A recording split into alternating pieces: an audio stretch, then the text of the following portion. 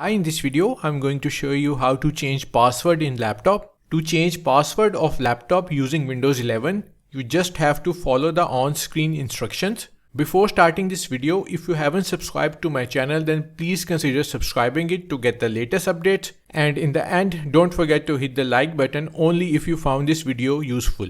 So let's start the video. To change laptop's password, click on Start menu icon and then click on Settings.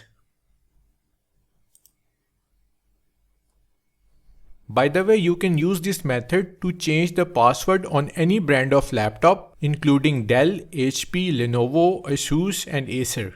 Now in the settings window, look for accounts on the left panel and click on it. In the account section, find and click on sign in options.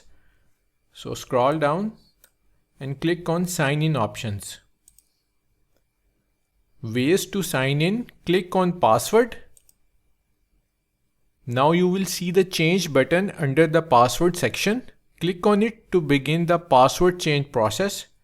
So click on change. In this window, you will need to provide your current password and click on next. Here enter your new password twice for confirmation and also add some password hint. Now click on next button to finalize the password change. Click on next and click on finish.